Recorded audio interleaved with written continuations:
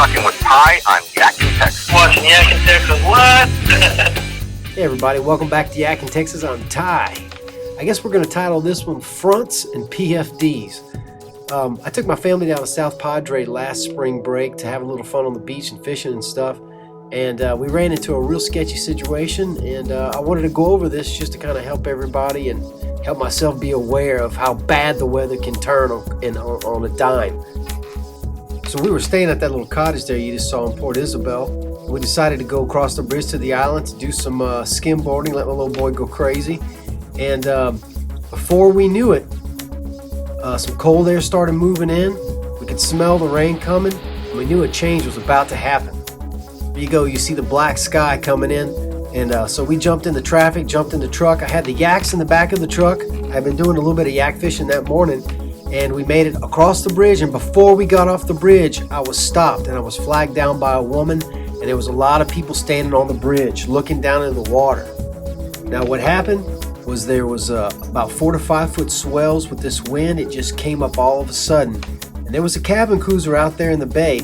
And he got messed up some kind of way and got slammed into this bridge that you're looking from right here. And he was beneath, getting pounded against the piers and the pylons, just smashed all to pieces. And there was 5, 6, 7 people inside this cabin cruiser. And that's why they stopped me, because I had kayaks and they knew that I may have life preservers. Well, it just so happens that I did have 2 to 3 PFDs, at least one per kayak. And we lowered the PFDs down into the cabin cruiser with ropes. It took us a while to get them to it because the wind was blowing so hard. And then the Coast Guard arrived, and they had to figure out a way to get these people out of this boat. One guy was cut, and there was blood all over the deck, and there was a lot of children underneath the cabin with no PFDs. The Coast Guard did a great job of trying to figure this situation out, and they did figure it out. Now, I think what happened was this fellow was in the middle of the bay. He saw the front coming, and he started riding the waves to safety. And when he got to the bank that was being pounded, he didn't know what to do, and they just shoved him into the structure. I think had he gone against the waves and headed to the leeward side of the island, he could have found a protected inlet, some neighborhood canals, and got in there.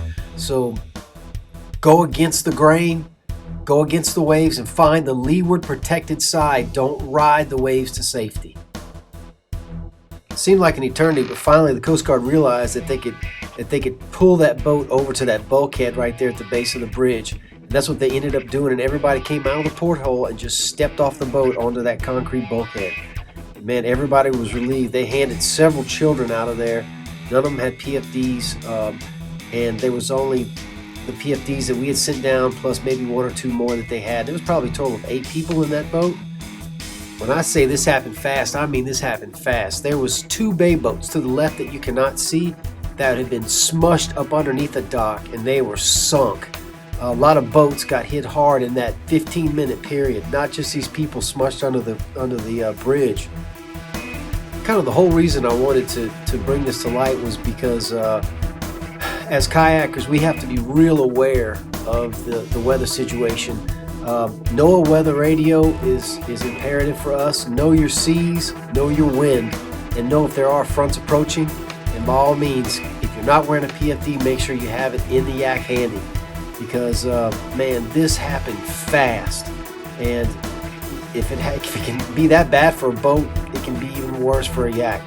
So keep your PFDs, listen to your NOAA weather radio, especially in the spring. Watch for fronts. Become a weatherman, essentially, and get to know your weather and your clouds. And we'll all be a lot safer out there. Thanks a lot for watching Yak in Texas, and we'll catch you next time. Same fishing time, same fishing channel. If you haven't seen my fishing show, 30 Miles Out, you can check it out right here on YouTube or go to 30milesout.com. You guys have been watching Yak and Texas. Stay tuned for more awesome videos coming to you.